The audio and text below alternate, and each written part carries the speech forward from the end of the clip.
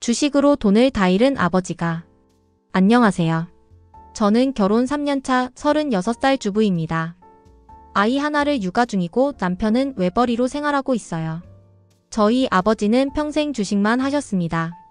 그래서 결국 집도 날리셨고 어머니가 벌어오시는 돈으로 생활해 오셨어요. 그런데 3년 전 사업에 투자하셔서 큰 돈을 벌어다 주시겠다고 하시며 어머니께 거짓말을 하셨고, 그렇게 어머니가 힘들게 모아온 8천만 원을 가지고 나가셔서 결국엔 그 돈마저 전부 주식에 넣으시고 다 날리셨어요. 이후에는 어머니 얼굴을 볼 면목이 없으셨는지 집에 있던 카드를 모두 챙겨서 집을 나가셨고, 어머니는 정말 큰 충격을 받으신 채로 매우 어려운 시간을 보내셨습니다. 참고로 2017년에는 제 돈 1,500만 원도 아버지께서 가져가셔서 역시 주식으로 전부 날리셨어요. 그 뒤로는 연락도 없이 지냈고 저도 아버지를 원망하면서 살아왔습니다. 그런데 최근 들어 아버지께서 만성신부전증이라는 진단을 받으셨다며 가진 돈은 한 푼도 없고 월세로 살 수 있는 집만 구해달라며 어머니에게 연락을 하셨더라고요. 신장 상태가 너무 안 좋아지셔서 그런지 식욕도 완전히 잃으셨고 몸무게도 거의 20kg 가까이 빠지셨대요. 허리까지 심하게 아프셔서 도저히 일자리를 구할 수 없는 상황이라고 하셨습니다. 마음이 여린 어머니께서는 결국 월세 35만 원짜리 집을 어머니 명의로 계약해드렸고 그 월세도 매달 대신 내주고 계세요. 그런데 문제는 여기서 끝이 아니에요. 예전에 아버지께서 사업을 하실 때 직원들의 건강보험료를 내지 않으셔서 지방세가 빚으로 쌓였는데 그걸 매달 20만 원씩 납부해야 한답니다. 그런데 그 돈 역시 아버지께서 어머니에게 대신 내달라고 하고 계신 상황이에요. 본인은 신장질환 때문에 일을 할 수 없다고 하시면서요.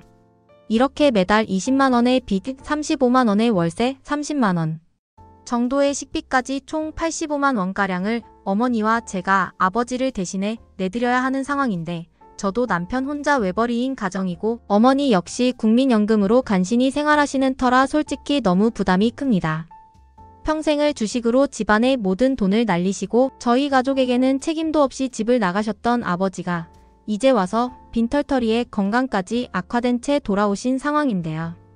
이런 아버지를 향해 매달 생활비 부담을 느끼는 제가 불효녀인 걸까요?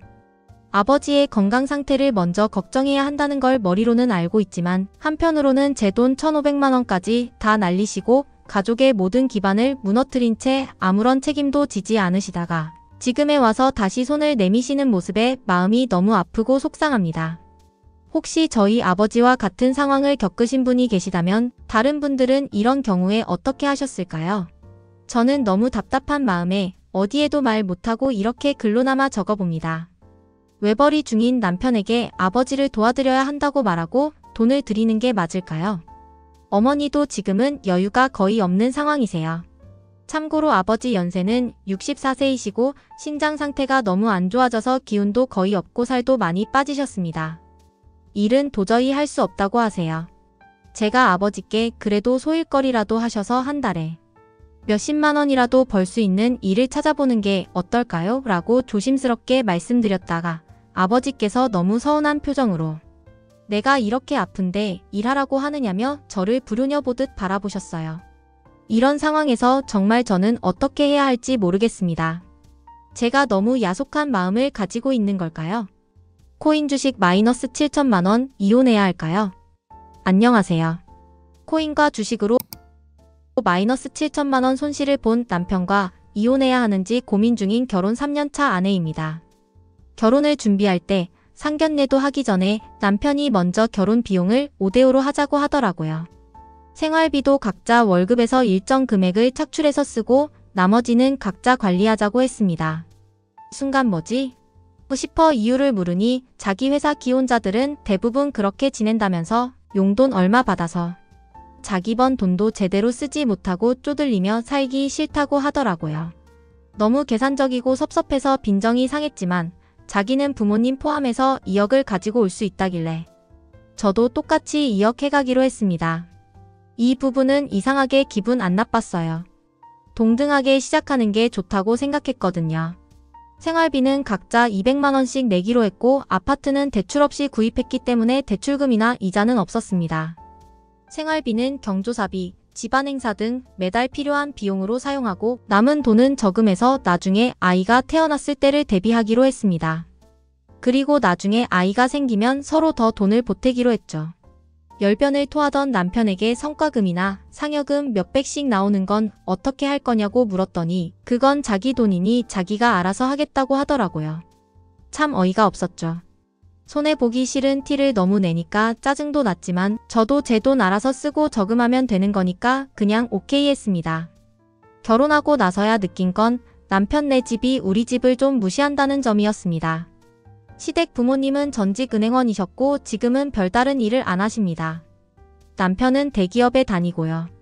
우리 집은 제가 네일아트 가게를 운영하고 부모님은 식당을 하세요. 그런데 이상하게 묘하게 무시하는 느낌이 있었습니다. 마치 자기네는 지성인 가족이고 우리는 그저 땀 흘려 사는 자영업자 집안이라는 뉘앙스를 풍기더라고요. 남편이 하도 유세를 부리길래 얼마나 잘 버나 싶었는데 결혼 후 술 마시고 실수로 내뱉은 실수령액과 성과금 듣고는 에게 싶었어요. 생각보다 별로 못 버는구나 싶었고 그런데 왜 저렇게 자꾸 사고 쓰나 싶기도 했죠. 남편은 결혼 후에도 자기 몸에 장착하는 물건들은 비싼 걸로 사더라고요. 놀고 쓰는데 아낌없었고요. 저는 제 번 돈으로 제 생활을 했고요. 남편이 요구했던 대로 매달 생활비 200만 원도 불만 없이 내고 있어요. 전혀 부담 안 됩니다. 남편은 제 직업을 대놓고 무시하진 않지만 은근히 얕잡아 보는 게 느껴지는데요. 저는 생각보다 잘 멉니다. 코로나 시기에도 비수기에도 남편보다 훨씬 많이 벌었어요. 예약제로 운영해서 단골 손님만 받으면 되고 나머지는 직원들이 관리해줘서 비교적 여유 있게 일하죠. 그리고 남편은 모르는데 저는 결혼 전부터 지금까지 부모님께 매달 100만 원씩 용돈을 현금으로 받고 있어요. 만약 결혼 전에 남편이 먼저 선을 긋지 않았다면 이런 것들 다 오픈하고 같이 썼을 거예요. 남편은 고무장갑 끼고 장화 신고 일하는 시골 부모님을 좀 무시하는 듯한데 저희 부모님 식당은 지역에서 인지도 높은 곳이에요. 인터넷 판매도 7년 넘게 해오셨고요. 메뉴 검색하면 항상 첫 페이지에 노출되고 덕분에 코로나에도 손해가 거의 없었어요. 그 덕에 부모님은 제가 이쁘다며 큰 돈도 가끔씩 따로 주시고요. 저는 3년간 아껴 쓰고 부모님께 받은 돈도 저금해서 이번에 대출 없이 두 번째 가게를 오픈했어요. 그런데 남편이 코로나인데 괜찮겠어? 라며 시시껄렁하게 물어보더라고요. 그래서 빚도 없는데 뭐가 안 괜찮겠냐고 했더니 눈빛이 바뀌더니 왜 대출 없이 가능한지 장모님이 보태주신 거냐며 꼬치꼬치 캐물었어요. 그래서 서로 돈 쓰는 건 터치 안 하기로 하지 않았냐고 하니까 궁금해서 그렇다고 했고 저는 월 얼마 버는지만 간단하게 말했어요. 그랬더니 왜 자기한테 말 안 했냐며 정색을 하더라고요. 그래서 네가 먼저 서로 돈 따로 관리하자며 선을 그었는데 내가 왜 오픈해야 했냐. 비밀로 하려던 것도 아니고 네가 먼저 싫다고 했잖아. 라고 했더니 허참하며 짜증을 부리고는 며칠간 냉전 상태였어요. 그런데 저번 주말 남편이 와서 갑자기 이제 돈 관리를 같이 하면 어떻겠냐고 하더라고요. 솔직히 속보였죠. 제가 남편보다 잘 버니까 그제야 같이 하자고. 자기가 생각보다 돈 관리를 못하는 것 같다면서 자기가 잘못 생각했던 것 같다고 이제는 같이 공유하면서 도와가며 살자고 하더라고요. 자기 월급을 저더러 다 관리하라고요. 솔직히 어이가 없었지만 그래도 이 사람이 드디어 철이 들었나 보다. 부부는 함께 부대끼며 사는 거지 싶어서 조금은 마음이 누그러졌어요.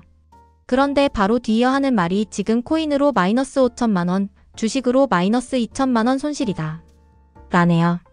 코인도 주식도 듣도 보도 못한 곳에 넣어서 저 사단이 났다더라고요. 그래서 제가 아니, 당신 돈이 어딨어서 그렇게 많은 돈을 투자했냐고 물었더니 결혼할 때 3천만 원. 비상금을 몰래 숨겨놨었고 마이너스 통장도 있었답니다. 자기 쓸 거 다 쓰고 남은 돈은 저금도 없이 전부 코인과 주식에 쏟아부었다는 겁니다. 그리고는 다 날려버렸어요. 평소에 저는 뭐든 그러려니 하는 성격인데 그 말 듣는 순간 마음이 싹 식더라고요. 너무 화가 나서 이건 투자도 아니고 도박 아니냐. 만약 돈 벌었으면 나한테 이 얘기했겠냐. 지금 아쉬우니까 이러는 거 아니냐며 따졌어요. 너도 처음부터 이기적으로 따졌던 것처럼 언제나처럼 알아서 각자 도생하자. 우리가 근 1년은 남처럼 살았지 가족이었냐고요. 그리고 정돈이 필요하면 이혼하고 내가 아기 생길까 봐 따로 저금했던 거. 반 나눠서 가져가라며 방문을 잠그고 얼굴도 안 봤어요. 오늘이 월요일이라 남편은 출근했고 저는 오전 예약을 마치고 집에 와서 이 글을 쓰고 있습니다. 사랑하는 마음이 있냐고 묻는다면 솔직히 없어요. 연애할 때의 감정은 결혼과는 정말 다르더라고요. 시댁도 정말 안 맞고요. 네일 아트나 하는 애가 대기업 다니는 우리 아들이랑 결혼했으니 시집 참 잘 갔다. 이런 뉘앙스의 말도 들었어요. 정말 할 말이 없더라고요. 지금까지는 이런 걸로 이혼할 수 있겠냐는 생각으로 그냥저냥 살았는데 지금은 이혼하고 싶다는 생각밖에 안 듭니다. 계산적이고 속물 같은 그 사람의 모습이 정말 보기 싫어졌어요. 아이도 없는데 이혼하는 게 맞겠죠? 영상을 보시고 도움이 되셨다면 구독, 좋아요 눌러주시고 다양한 의견 남겨주세요.